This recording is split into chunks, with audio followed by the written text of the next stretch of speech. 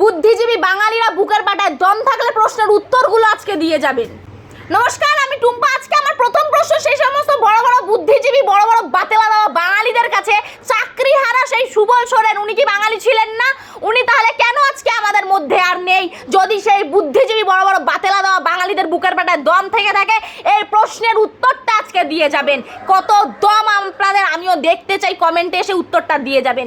আমাদের বাংলা এমন একটা রাজ্য যেখানে কিনা রেপিস্টরা প্রমাণের অভাবে খোলা আকাশের নিচে ঘুরে বেড়ায়, আর যোগ্যরা নিজেদের যোগ্যতা প্রমাণ করার অভাবে তারা মৃত্যুদণ্ড পায়। এই হচ্ছে আমাদের বাংলার অবস্থাটা। দেখুন, ইতিহাস সাক্ষী রয়েছে একজন শিক্ষক চাণক্যের অপমানের জন্য গোটা রাষ্ট্র ধ্বংস হয়ে গেছিল। সেখানে আমাদের বাংলার বুকে প্রত্যেকটা দিন হাজার হাজার শিক্ষককে অপমানিত হতে হচ্ছে, লাঞ্ছিত হতে হচ্ছে। তাহলে একবার অনুমান করে দেখুন আমাদের বাংলার ভবিষ্যৎ, একবার শুধু অনুমান করে দেখুন। যে বাংলা ভাষা নিয়ে আপনারা লড়াই করছেন না, সেই বাংলা ভাষা আমাদের অহংকার গর্ব ছিল, আছে, এমনকি ভবিষ্যতেও থাকবে। তা 1% কমবে না।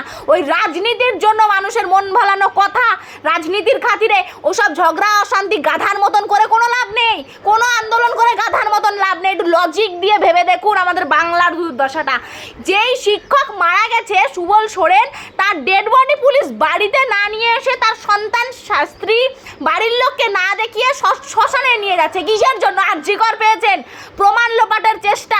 আর কত নিচে নামবেন আপনারা বলুন তো?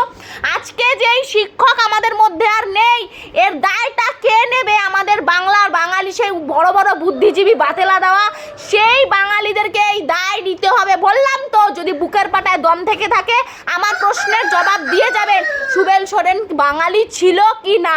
কেন তাকে সেই হাসপাতাল থেকে শ্মশানে নিয়ে যাওয়া হচ্ছিল? কেন তার বাড়িতে আনা হয়নি? এই প্রশ্নের জবাবটা দিয়ে যাবেন যদি বুকের পাটায় দম থেকে থাকে। আর এই মৃত্যুর দায় কি শুধুমাত্র মাননীয় মুখ্যমন্ত্রীর?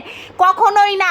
এই দায় প্রত্যেককে নিতে হবে। দুর্নীতিবাজ সরকার, আমাদের এই অসভ্য সমাজ, ওই অনুদানের নামে ভিক্ষা নেওয়া বাংলার জনগণ, প্রত্যেককে এই মৃত্যুর দায় নিতে হবে।